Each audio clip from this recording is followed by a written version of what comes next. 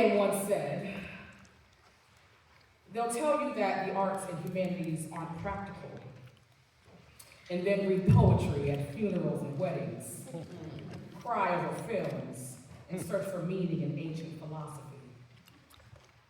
Surviving is one type of practicality. Knowing why we bother is another. It is 1939 when Billie Holiday bellows, "Strange fruit." President Roosevelt is the first to give a television broadcast speech. Germany invades Poland, sparking the start of the Second World War. And on American soil, Jim Crow is in full force, and lynching black bodies rages on.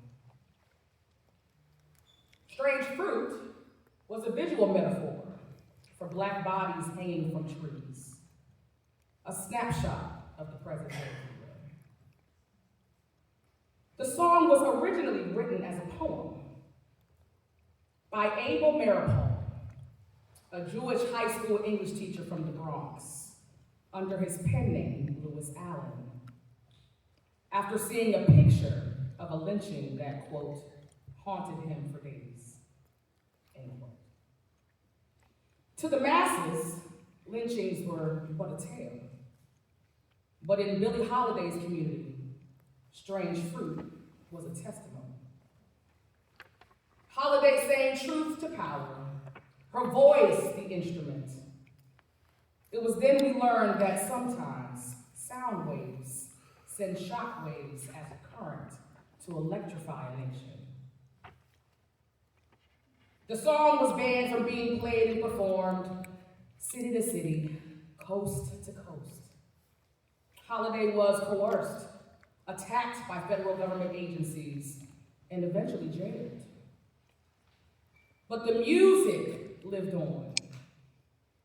In 1999, Time magazine would name Strange Fruit the best song of the century. Finally, a national recognition for a lived experience. Who would have thought that a recount of violent domestic terrorism would be revered as art? But isn't that what art is? An expression? Isn't that what art is for? Creating the currents that move the world forward? Capturing and encapsulating the times as seen and felt? Quote, southern trees bear a strange fruit. Blood on the leaves and blood at the root, end quote. Billie Holiday wasn't the only one. The infamous Frida Kahlo, born a painter in 1907, died an activist in 1954. Known for her evocative canvases, her art dared to explore femininity, sexuality, and heritage. Two of her most controversial pieces are My Dress Hangs There and Self-Portrait on the Borderline Between Mexico and the United States. Those two speak to the contrast of her rich cultural landscape she calls home and the oppressive American capitalistic structure she currently lives in at the height of the Great Depression. Frida's pioneering artistry is woven in the fabric of the world. Her work, self-portrait, and influence remain timeless symbols of the power of art. There are others. Friends, we have found ourselves in peril. It is now 2025. The current presidential administration has succumbed to oligarchic fascism. Israel, Palestine, and now Iran are at war. But we have electric cars. Not flying, but electric. History has taught us that those who can see fight, because only visionaries can imagine a new horizon, and only the strong can break chains. The human urge to be historic change makers, the duty to create a better future for our children, is hard on our hearts. Some say it's a sadistic strategy to push us to action in order to wear us from the outside in. Others say that this day would always come. It's the final culmination of karmic sins imploding on humanity.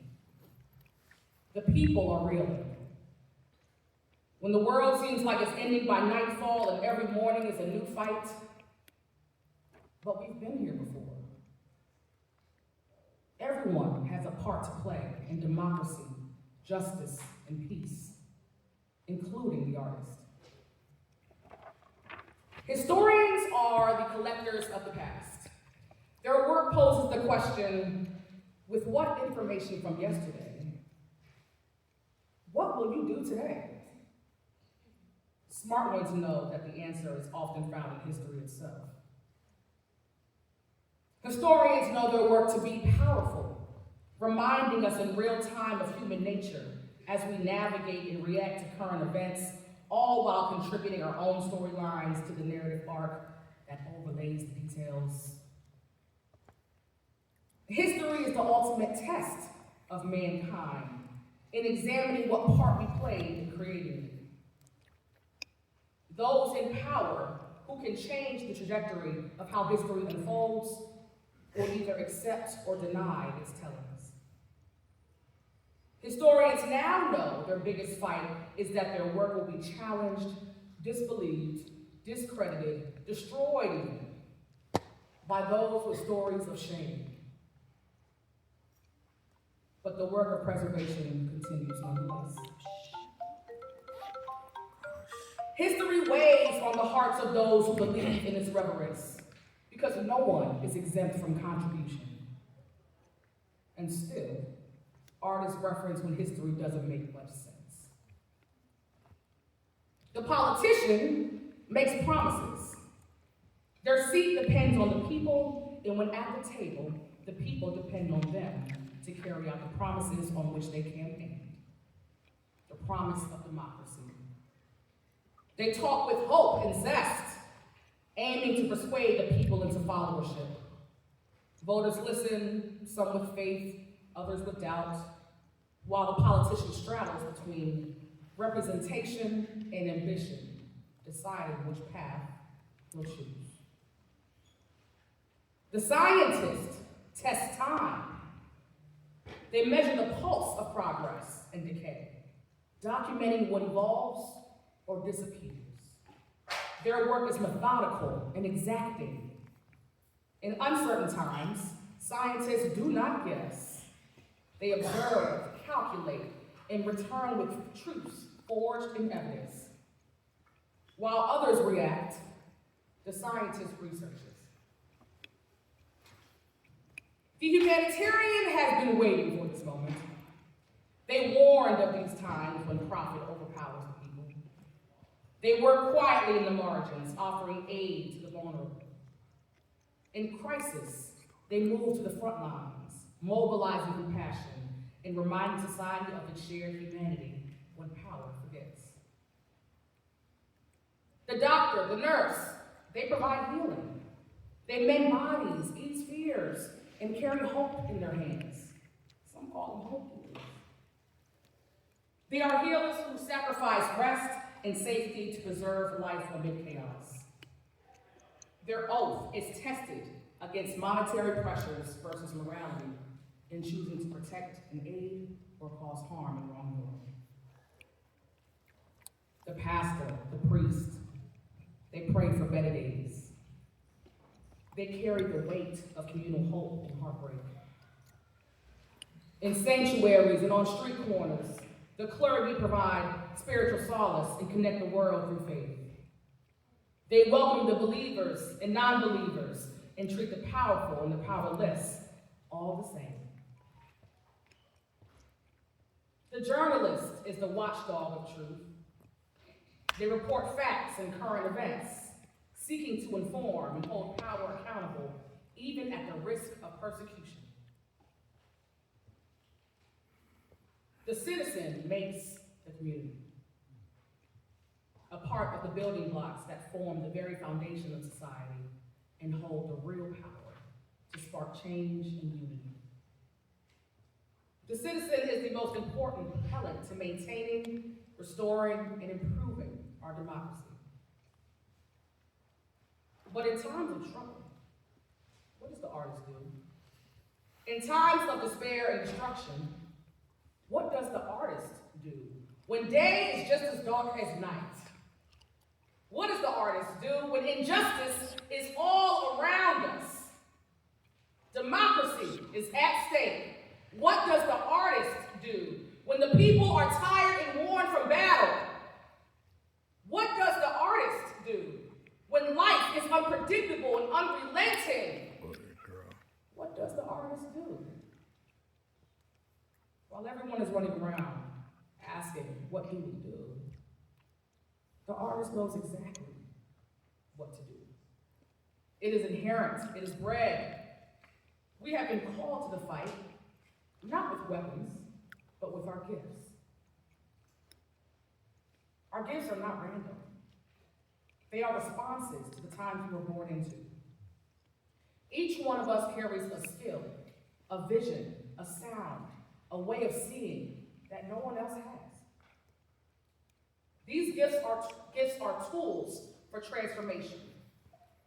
Whether it's the ability to speak truth, organize chaos, inspire emotion, or imagine new futures, they are sacred and necessary. In these moments and every other, it is our gifts that ground us and guide others. So paint your pain. Like Frida, use your canvas to paint the message in which you believe. Write your story, your words and no one else's. They are yours to make sense of. It is in your confusion you seek and find clarity. Carve your present. Use dimension and shape to create a monumental display. Rhyme your reason. The poet strings stanzas of imagery and feeling to communicate reality. Sing your blues. Like Billy, play your heart away. Move like your body must bend, must dance, must breathe, must speak. James Baldwin says, the purpose of art is to lay bare the questions hidden by the answers. So let's form new answers and ask the right questions. The permanency of a derelict society forms quite loudly, we see. If we're not careful, new norms are being developed right before our very eyes. Great job. And yet, the artist wants to resist partaking. It feels like betrayal, almost, especially when creation is pressured, politicized, or turned into obligation. There should be no force, no coercion, no cause or movement required to justify making art. One should simply feel free enough to create, to express, to exist, without the weight of performance and protest. Yet, when society is in crisis, when culture is tested, art often rises. Not always at the center, but as an echo, a mirror. It supports, it affirms, it bolsters movement even when unintended. And therein lies the message. Sometimes art is really all we have. So we return to it to make sense, to feel something, to find empathy, distraction, peace, love, connection, to realize we're not alone, that others have been here before. Creativity is your calling. And though we tire, we press forward with purpose. We know the artist goes often unfulfilled, hungry, starving, unvalued, hushed. While sent away in our caves of creation, we reflect. Our lives and the world we find ourselves in are our inspiration. Then we use it for good. Art is the medium through which we communicate.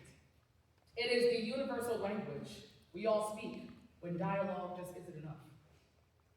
Art is the battle cry for the voiceless who must endure and leave no trace of their suffering.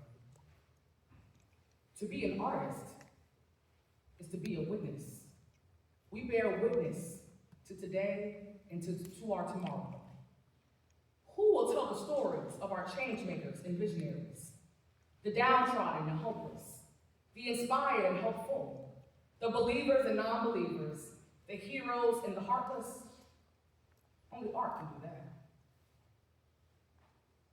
Some of y'all are looking at me a little crazy, defeated, annoyed. Yeah.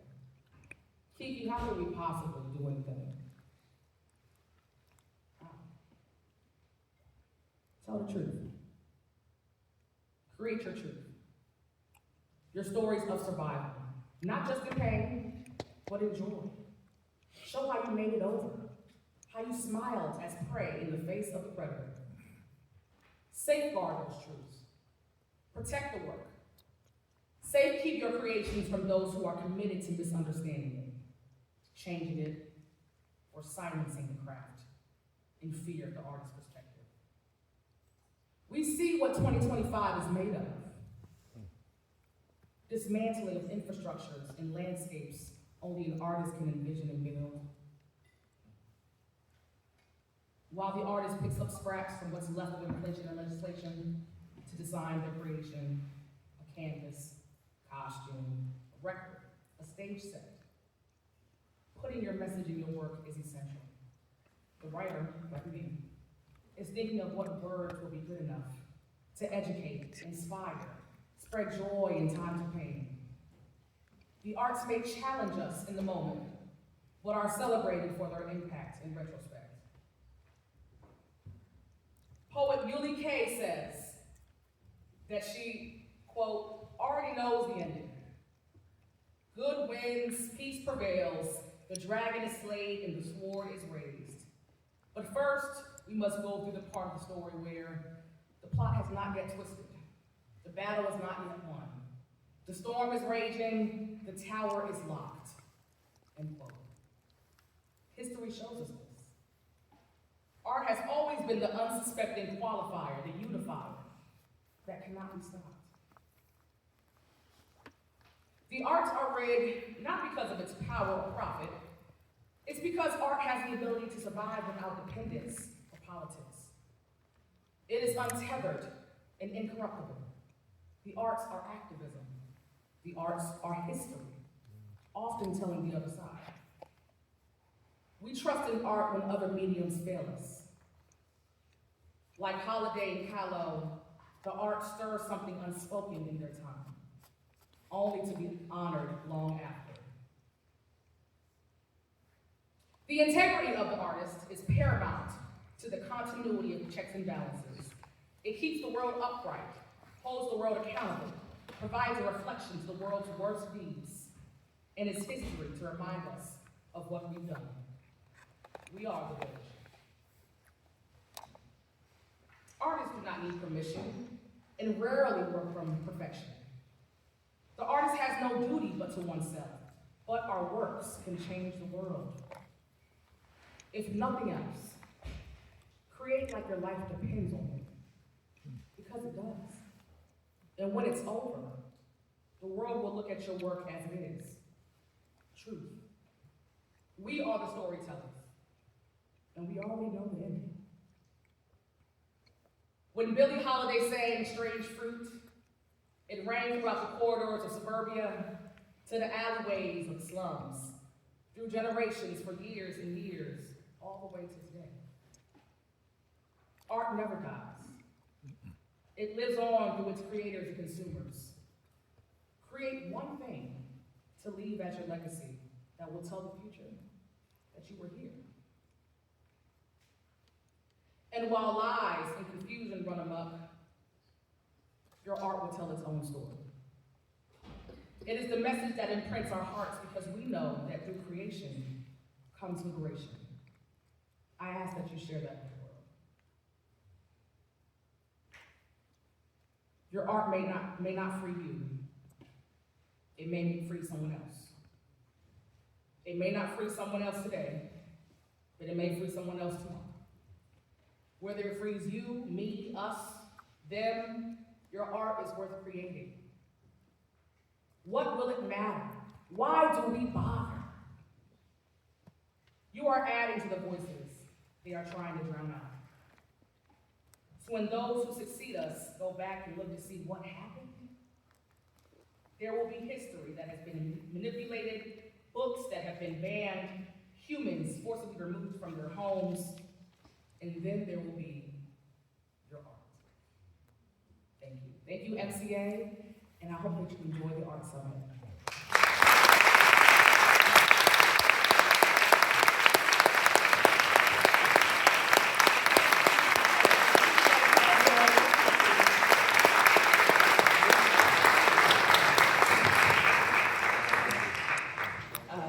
Thank you, Kiki, for your words this morning and getting us in a space to prepare for the summit. I appreciate you more than any words can express. So this is our morning presentation. I'm going to release you in about 2 seconds. Remember, please connect with us on social media. If you have any questions, again, come find any of us at the registration table or anyone wearing a blue lanyard. They are our volunteers and staff. Thank you so much for being here, for being a part of this year's Maryland Art Summit 2025. And please continue to eat and have coffee. Our next session will begin at 10:20.